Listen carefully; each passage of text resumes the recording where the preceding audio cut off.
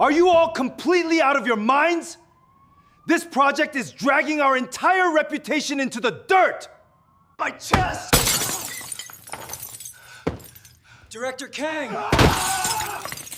Call an ambulance now! The glass shattered against the boardroom wall before Kang Joon-ho's body hit the floor. 1 second he was on his feet, voice raised, fist slamming the table hard enough to rattle the water glasses. The next, his vision blurred white at the edges, his chest seized like a fist was crushing his ribs from the inside, and the room tilted sideways. Someone screamed his name. He heard it far away, underwater, before the marble floor rushed up to meet him. Call 911. Somebody call 911 now. Mr. Kang. Joon-ho, can you hear me? 12 executives stood frozen around the table where seconds ago he'd been tearing into them about quarterly losses, about weakness, about how none of them had the stomach to run a company this size. Now he was on the floor, lips turning gray, one hand clutching at his chest like he was trying to hold his own heart together. His assistant, Grace, dropped to her knees beside him, hands shaking as she loosened his tie. Stay with me, sir. Please, stay with me. He didn't answer. His eyes rolled back. And the last thing Kang Joon-ho saw before the world went black was the ceiling of the boardroom he'd built his empire inside of, the one place he thought could never break him. The sirens screamed through downtown traffic, cutting through red lights, paramedics working over his body in the back of the ambulance, shouting numbers back and forth that meant nothing to anyone but them. BP's dropping. We're losing him. Push another line, now. By the time they wheeled him through the emergency room doors, his shirt cut open, chest exposed, machines already screaming warnings, the hospital staff moved like a single organism, fast and practiced and terrified all at once. Someone paged Dr. Bello. We need her in trauma too, now.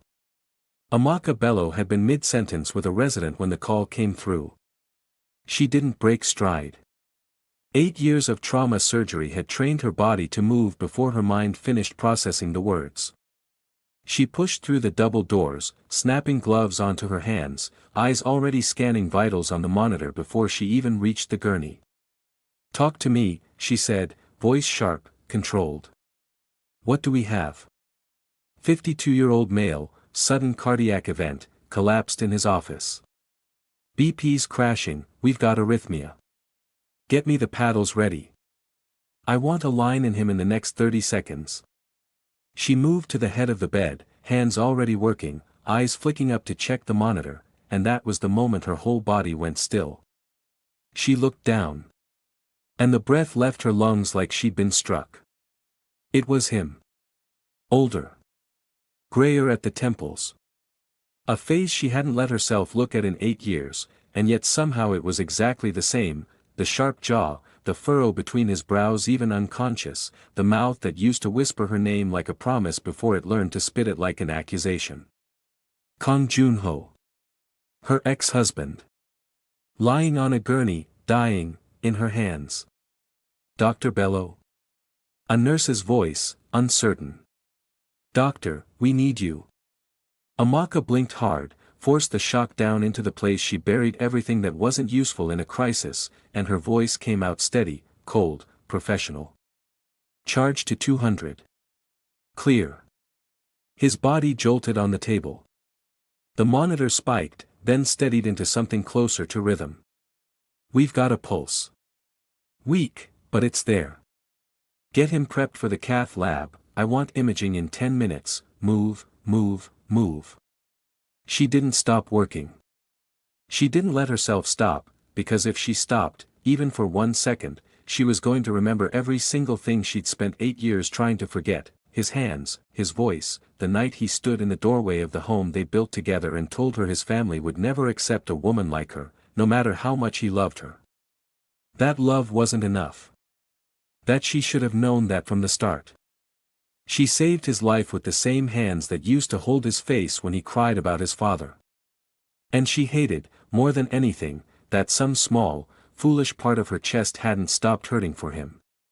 Not once. Not in 8 years. If you love slow-burn reunions with real stakes and real heartbreak, this is exactly the kind of story Lux was built for. Hit subscribe so you don't miss where this goes. Junho woke up to white light and the steady beep of a machine. His throat was dry, his chest ached like someone had taken a hammer to his ribs, and for a moment he couldn't remember where he was or why. Then he turned his head. And he saw her.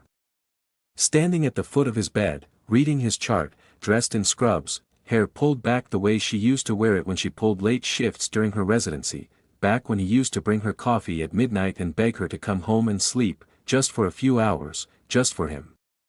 Amaka?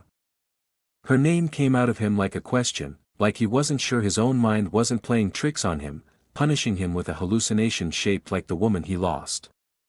She didn't look up right away. When she did, her face was calm. Composed. A stranger's face, except it wasn't, it was hers, and it was aimed at him with the precision of someone who had trained herself not to feel anything when she looked at him anymore. You suffered a cardiac event, she said, like she was speaking to any other patient. We had to resuscitate you twice. You're lucky. Another few minutes and you wouldn't have made it. Amaka. He tried to sit up and winced, hand going to his chest. You're my doctor. I'm the surgeon who happened to be on call when they brought you in. Her voice didn't waver. I'd say you're lucky for that too, but I imagine you'd disagree. The bitterness under those words was so quiet most people wouldn't have caught it. He caught it. He'd spent 4 years married to this woman. He knew every version of her voice, and this one, flat, careful, guarded, was the one she used when she was holding back a flood. I didn't know you worked here, he said quietly. You didn't know a lot of things while we were married either. She set the chart down at the foot of the bed. I'll have a nurse check on you in an hour. Try not to raise your blood pressure. Your heart's not exactly in a position to handle stress right now. She turned to leave. And something in him, something that had been buried under 8 years of pride and silence and the version of the story he'd let himself believe, cracked open. Amaka, wait. She stopped at the door, back still to him, hand resting on the frame like she needed it to hold herself steady. Please, he said, and his voice broke on the word in a way it never did in boardrooms, in press conferences, in front of investors who thought he was made of steel. I need to talk to you. About everything. About what happened. For a long moment, she said nothing. Then the door opened wider, and it wasn't a nurse who walked in. It was Seo Yun. His fiancée. Dressed in white, diamond ring catching the fluorescent light, stopping dead in the doorway the second her eyes landed on Amaka's face. The color drained out of her. You, Seo Yun whispered, and the word came out like an accusation, like a threat, like she'd just seen a ghost she'd spent years hoping was buried for good. Amaka's spine straightened. Her eyes moved from Junho, pale, stunned, still reaching for a truth he didn't have, to the woman standing frozen in the doorway. And in that instant, Junho watched something pass between the two women that he didn't understand. Something old. Something that had nothing to do with him waking up in a hospital bed and everything to do with a history he was only just beginning to realize he never knew the whole truth of. You two know each other, he said slowly, and it wasn't a question. Neither woman answered him. Amaka's jaw tightened. Seo Yun's hand had gone white-knuckled around the strap of her bag. And the machine beside Junho's bed, the one tracking his heart, let out a soft, rising beep as it climbed past the number the doctors had warned him not to cross. Somebody, Junho said, voice rising, panic bleeding into it now, tell me what is going on. Amaka looked at him one last time, and for the briefest second, the mask slipped, and he saw it. Pain. Old, deep, 8 years buried pain. Then she turned and walked out without a word, leaving him alone with the woman he was supposed to marry, and a truth he could feel closing in on him like the walls of the room itself. Seo Yun didn't move for a long moment after Amaka disappeared through the door. Her manicured hand was still clenched around the strap of her bag, her breathing shallow, her eyes fixed on the space where her rival had just been standing. Seo-yun. Junho's voice cut through the silence, hoarse but demanding. Talk to me. Right now. She turned to him slowly, and by the time her eyes met his, the panic on her face had smoothed itself into something more careful. More rehearsed. Junho, you just had a heart attack. This isn't the time. It's exactly the time. He pushed himself up against the pillows despite the ache screaming through his ribs. You looked at her like you'd seen a demon. Seo-yun, how do you know Amaka? I don't.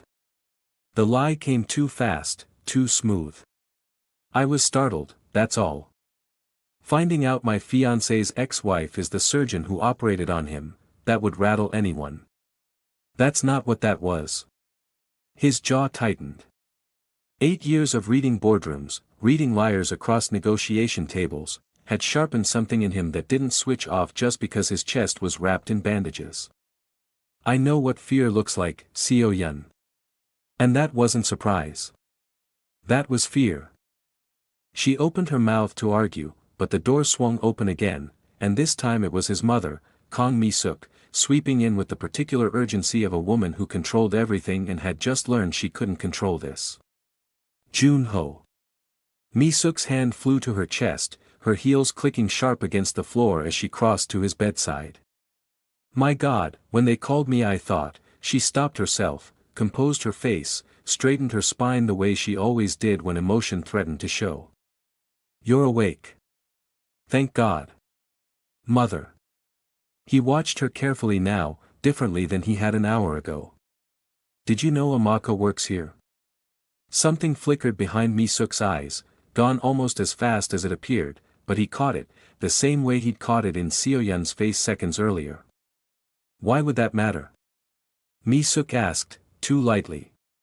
You have more important things to focus on than your ex-wife's employment history. She saved my life, Junho said, voice low, dangerous in a way it rarely was around his mother. The least I can do is ask why every woman in this room goes pale at the mention of her name. Mi-suk's mouth thinned into a hard line. You're exhausted. Confused. The doctors said stress could. I am not confused. He said it like a wall going up. I watched Amaka walk out of this room like she was holding back a scream. I watched Seo-yun look at her like she wanted her gone. And now you're standing here acting like I'm imagining things. So no, Mother. I'm not confused. I think for the first time in 8 years, I'm finally seeing clearly. The room went silent except for the steady, mechanical beep of his heart monitor, a sound that felt, suddenly, like the only honest thing in the room. Down the hall, Amaka stood in the on-call supply room with the door shut, both hands braced against the counter, breathing like she'd just run a marathon instead of walked 40 feet. Her reflection stared back at her from the small mirror mounted above the sink, steady eyes, clenched jaw, a woman who had built an entire life out of the wreckage Junho left behind. She'd told herself, for 8 years, that if she ever saw him again, she wouldn't feel anything. She'd rehearsed it. She believed it, mostly, right up until the moment his face appeared on that gurney and her whole body remembered things her mind had worked so hard to forget, his laugh, his hands, the way he used to trace circles on her back when she couldn't sleep, and the way his voice sounded the night everything ended, cold and final, telling her that loving her wasn't enough to fight his family for. A knock at the door pulled her back. Dr. Bello? You're needed in recovery. Coming. Her voice came out steady. It always did. That was the one thing she'd perfected since the divorce, sounding steady even when nothing inside her was. But as she reached for the door handle, another voice stopped her. Amaka. She turned. Seo-yun stood in the hallway, arms crossed, eyes hard in a way that hadn't existed 8 years ago, when she'd been nothing more than a name Junho's mother mentioned in passing, a woman from the right kind of family. We need to talk, Seo-yun said.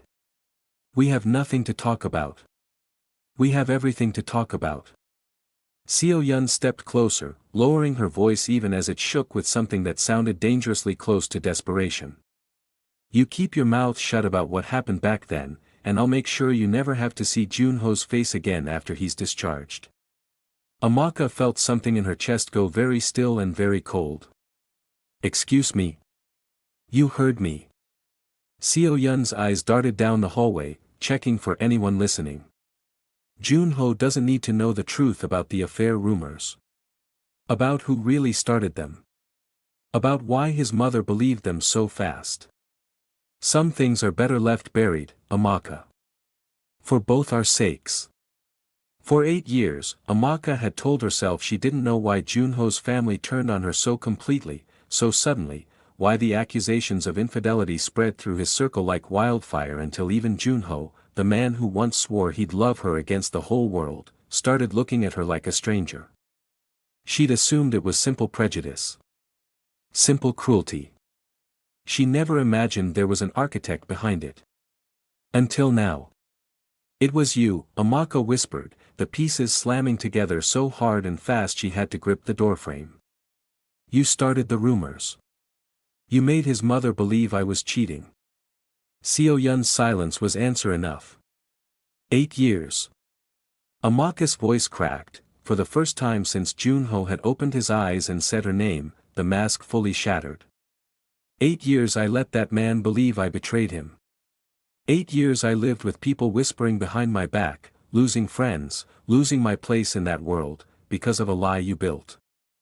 I did what I had to do. Seo-yun's chin lifted, defensive now, cornered. Junho was never going to choose a life with someone like you over his family's legacy. I just helped him see that faster. Before Amaka could respond, a new voice cut through the hallway, low and shaking with barely contained fury. Say that again. Both women turned. Junho stood in the doorway of his room, for pole gripped in one white-knuckled hand, hospital gown hanging off one shoulder where he'd clearly torn the sensor pads free to get up. His face was pale, sweat beading at his temple, but his eyes were burning. Junho, you need to be in bed, Seo-yun started, panic flooding her voice. Your heart. Say it again, he repeated, stepping forward despite the tremor in his legs. Tell me again how you helped me see faster. Tell me again how you destroyed my marriage and let me believe for 8 years that the only woman I ever truly loved betrayed me. This is the kind of betrayal you can't look away from, and it only gets worse from here. Subscribe to Story Lux now so you don't miss part 2, because what happens next changes everything. Seo-yun took a step back, but there was nowhere to go. Mi-suk had appeared behind her in the hallway, drawn by the raised voices, her face draining of color as she realized exactly how much her son had just overheard. Junho, please, Seo-yun whispered, let me explain. Explain. His laugh came out broken, disbelieving. Explain how you took 8 years of my life. 8 years of hers. He looked past Seo-yun to Amaka, who stood frozen against the wall, tears finally breaking free down a face that had held itself together through everything else. Amaka, I am so sorry. I didn't know. I swear to you, I didn't know. You didn't want to know, Amaka said quietly, the words landing harder than any shout could have. You believed the worst about me the second your family gave you a reason to.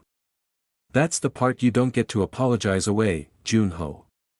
The heart monitor back in his room began screaming its warning through the open door, alarms cutting through the tension like a blade, his body, pushed past every limit the doctors had warned him about, finally giving out under the weight of the truth. His knees buckled. Junho. Amaka's training took over before her heartbreak could, and she lunged forward, catching him before he hit the ground, screaming down the hallway for a crash cart, for backup, for anyone. And as the hospital erupted into chaos around them, as nurses came running and Seo-yun stood frozen in horror at what she'd caused and Mi-suk finally broke down into the kind of tears she'd never allowed herself to shed, Amaka knelt on the floor with Junho's head in her lap, pressing her hand hard against his chest, and realized with a sick, plummeting certainty that she might be about to lose him for real this time, just as the truth had finally set them both free.